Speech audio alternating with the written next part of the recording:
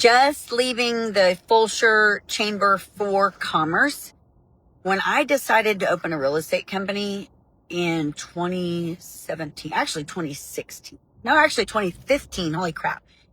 I've been in real estate for 23 years in some form or fashion. And I was a solo agent in 2014. And I was not happy with a lot of the real estate brokerages and how they were or not doing and training agents, right? I felt there was a disconnect. I felt like there was a lot of it just wasn't what I envisioned, right? I'd been bought at every big box company. I'd been at Remax, Coldwell Banker, Gary Green, and Keller Williams. And I was like, you know what? I'm going to get my broker's license and open my own real estate company. And I did. So at that point, I also had bought, I was like, where do I want to live? Like, where do I want to target my career in real estate? Where's a great place to open a real estate office? Where do I want to live, raise my kids, do that kind of stuff, get involved in the community? And I picked Fulshire. I was living in Katy already. So Fulshire was a little bit further out, right? Because everything's moving west in our area. And so decided, well, all right, how do I open a real estate office? I was doing a lot of business. I was selling a lot of homes. I'd been doing real estate. My then ex-husband and I had our own real estate team at one point, and we were doing a lot of homes and owned a lot of property and all that stuff. So what did I need to do? I needed to get my broker's license, right? So I was like, well, how do I do that? So looked into getting my broker's license, which is 900 hours in the state of Texas if you don't have like a college degree and stuff, which I don't, because I had quit school. Remember when I was 17, I quit school, went and got my GED, did a year and a half of college. I was like, yeah, it's not for me.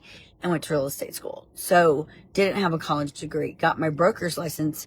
And when I was getting my broker's license, I was still the breadwinner in my family, still selling real estate. I just got up earlier to do my hours of education before my kids were up, before I had to be at work. Like I didn't have anyone. I was paying my bills and I could sit at home and do nothing and go to school. I didn't. I had to do it all, right? Because I had a vision. And so when I say I'm going to do something, I do it. Like you can count on it getting done. And it's not always on the timeline that I hope, because I'm very aggressive and very optimistic. I'm like, oh, we can do this tomorrow. Sometimes it takes a little bit longer. But I got my broker's license and I was like, I'm going to open an office in downtown Fulshire. Did that. And one of the things that I did before I opened that office, this was a plan. Like this is where I'm going with this video before I gotta go jump on calls. Where I'm going with that is I had a vision. I had a plan. Like I know what I want to do. I know where I want to do it. I know who I want to do it with. All right, let's reverse engineer that. How do we do it successfully, right? Because you don't ever just open a business and like, oh man, I hope it works. Like it has to work. We got to make it happen. So I picked Fulshire as my place. And then while I was studying to get my broker's license, I joined the chamber, the Fulshire Chamber. It was Chamber of Commerce, then it's Chamber for Commerce now. So that was years ago. I joined the chamber in 2014 or 15. I can't remember. One of those years. New. It was a new chamber too. There was just a few of us. There might have been like 20 of us or 14 of us. Karen Van Holten was one of the people in there. That's how Karen and I met. Who's the owner of Majestic Title, a dear friend of mine. And so I was intentional with what I did. Then I also joined the Brazos River Rotary Club, and I got on the Texana Advisory Board, and I became an ambassador for the Child Advocates of Fort Bend. Those are all nonprofits. Those are all volunteer things. I didn't join them in hopes that, oh, they're going to use me to sell a home. I joined them because number one, those nonprofits, and I'm still part of all of them, they're doing something. They're out to change the world. They're out to make a difference. And that's what I want to be part of, because I believe I can help change this world one person at a time, one day at a time.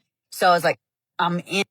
You've got to be intentional with the people that you talk to, the organizations that you become part of, and the things that you say yes to. Those are going to be your key. And then consistency. Show up. Don't be one of those people that shows up once a quarter or once a year and expects everyone's going to remember you and refer you business. Like, no, what are you doing? What are you doing to give back? Are you referring business? Are you helping people? Are you educating? Are you training? What are you doing with your community? If you will do these things early in your career or now, it's never too late. It's never too late to do things differently. And it's never too late to build the life of your dreams and be wildly successful. So have an awesome Wednesday, guys.